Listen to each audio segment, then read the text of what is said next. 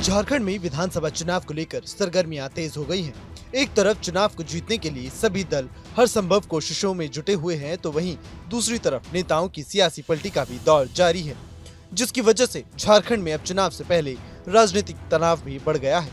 लेकिन इसी बीच जनता को साधने के लिए बीजेपी के संकल्प पत्र ने राजनीतिक हलचल बढ़ा दी है। जी हां, झारखंड चुनाव के बीच अब बीजेपी ने नया दांव चला है, जिससे कि किसी भी तरह जेएमएम को इन चुनाव में मात दी जा सके। झारखंड विधानसभा चुनाव के लिए बीजेपी ने अपना घोषणा पत्र जारी कर दिया है। बीजेपी ने दावा किया है कि संकल्प पत्र में उसके हर वर्ग का ध्यान रखा है। बीजेपी के घोषणा पत्र पर सियासी बयानबाजियां भी शुरू हो गई है। जेएमएम ने इस झूठ और ठग पत्र करार दिया है, वहीं कांग्रेस ने इसे फरेब पत्र करार दिया है। जेएमएम प्रवक्ता मनोज पांडे ने कहा कि बीजेपी के पास मुसलमानों के अलावा कोई विषय नहीं है। तमाम झारखंडी लोग एक साथ हेमंत सोरेन के साथ खड़े हैं। ये लोग कहते हैं कि यूसीसी लागू करेंगे। उन्होंने पूछा कि क्या असम और त्रिपुरा में लागू कर दिया गया, जहां डबल इंजन की सरकार है। झारखंड की जनता इन्हें जगह दिखाने का काम करेगी। ये लोग किसान, युवा और बेरोजगारी पर कुछ नहीं बोलेंगे। संकल्प पत्र जारी करने के बाद अमित शाह ने एक जनसभा को संबोधित किया। हेमंत सोरेन सरकार पर अमित शाह ने जमकर निशाना साधा। शाह ने कहा कि झारखंड का चुनाव केवल सरकार बदलने का चुनाव है, बल्कि झारखंड का भविष्य सुरक्षित करने का चुनाव है।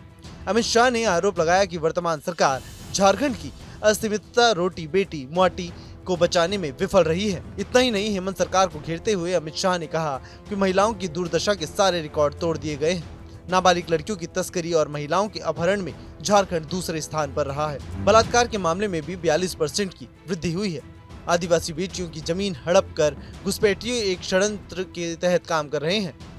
हमारी सरकार घुसपैठियों को चुन चुन कर बाहर निकालेगी। भाइयों बहनों, आने वाले दिनों में झारखंड में परिवर्तन करना है।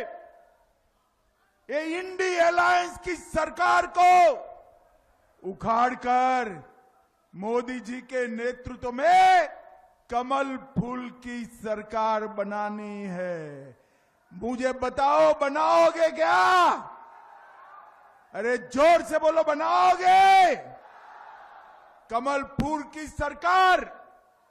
ये परिवर्तन केवल इसलिए नहीं करना है कि भारतीय जनता पार्टी की सरकार बनानी है।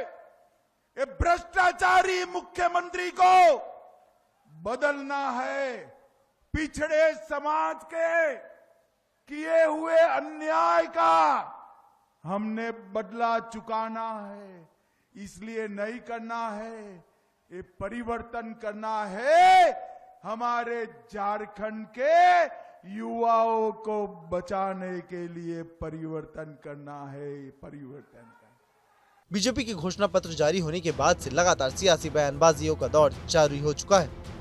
बीजेपी जहां अपने वादों में झारखंड के उद्धार की बात कर रही है, तो वहीं जेएमएम भी बीजेपी के इस वादे को झूठा बताने में लग गई है। अब देखना होगा कि चुनाव में जनता किसकी बातों पर विश्वास करती है और किसको सत्ता की चाबी सौंपने का काम करेगी।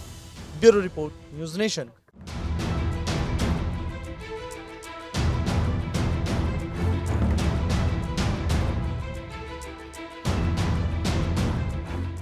न्यूज नेशन अब व्हाट्सएप पर खबरों के ताजा अपडेट के लिए न्यूज नेशन के इस क्यूआर कोड को स्कैन करें।